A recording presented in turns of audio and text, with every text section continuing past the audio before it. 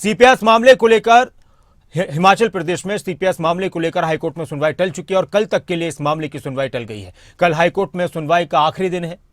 22 से 24 अप्रैल तक सुनवाई इस मामले में होनी है, लेकिन आज सुनवाई टल गई। अब कल इस मामले की सुनवाई हो सकती है। सीपीएस बनाने को लेकर हिमाचल प्रदेश में यह मामला गरमाया था। कांग्रेस की सरकार में कई विधायकों को सीपीएस बनाया गया और उसके बाद फिर विपक्ष की तरफ से सवाल उठाए गए। और प्रदीप ठाकुर इस वक्त हमारे साथ जुड़ चुके हैं, हमारे ब्यूरो शिमला। प्रदीप, सीपीएस का ये पूरा मामला क्या था जो हमारे साथ हमारे दर्शक जुड़े, उन्हें बताएं कि किस तरह से इस पर सवाल उठाए गए, मामला कोर्ट तक पहुंचा और अभी स्थिति क्या है? बिल्कुल, देखिए, सुखविंदर सिंह सुक्खू सरकार जब बनी तो हिमाचल में 6 मुख्य संसदीय सचिव यानी सीपीएस बनाए गए और उसके बाद से ही विवाद शुरू हुआ। हालांकि जिस दिन सीपीएस बनाए गए उसी दिन कैबिनेट जो है वो मंत्रिमंडल का यहाँ पर शपथ ग्रहण भी हुआ था। 7 मंत्री उस दिन बनाए गए थे, लेकिन उनसे पहले सीपीएस की यहाँ पर ओथ करवाई गई यानी शपथ करवाई गई और उसको लेकर अब विवाद शुरू हो गया है। और उसमें बीजेपी ने याचिका जो है हिमाचल हाई कोर्ट में दी है। उसमें सतपाल सत्ती और 11 बीजेपी के विधायक हैं और इनके अलावा 2 अन्य याचिकाएं हैं। एक कल्पना देवी है और एक पीपल फॉर रिस्पॉन्सिबल गवर्नेंस, ये एक याचिका है। तो 3 कुल मिलाकर याचिकाएं हैं और इन पर सुनवाई अब चल रही है।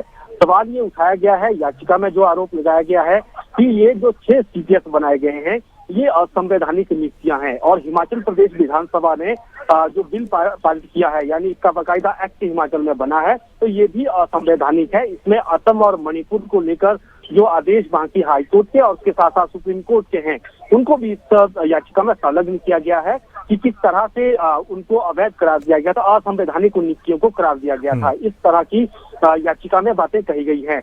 बहुत लंबे समय तक इसकी सुनवाई होती रही, लेकिन अभी जो है हिमाचल हाईकोर्ट ने इस पूरे मामले को काफी महत्वपूर्ण माना है और ये कहा कि ये अति महत्वपूर्ण विषय है, ये याचिका है, तो ऐसे में इस पर जल्दी सुनवाई होनी चाहिए। इसी वजह से 22 अप्रैल से लेकर 24 अप्रैल यानी 3 दिन लगातार रोजाना आधार पर सुनवाई करने का फैसला हाईकोर्ट ने लिया था। पिछले कल से शुरुआत हुई है, आज भी सुनवाई हुई और अगले कल भी सुनवाई होनी है। अंतिम दिन इस सुनवाई का होगा।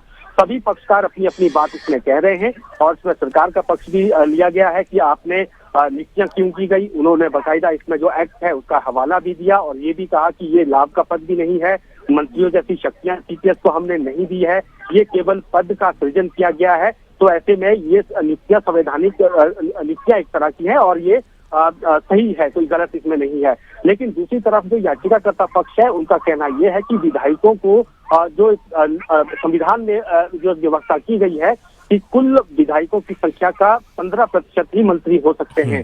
हिमाचल में ये संख्या 12 की बनती है मुख्यमंत्री समेत, लेकिन यहाँ पर सीपीएस भी बना दिए गए हैं।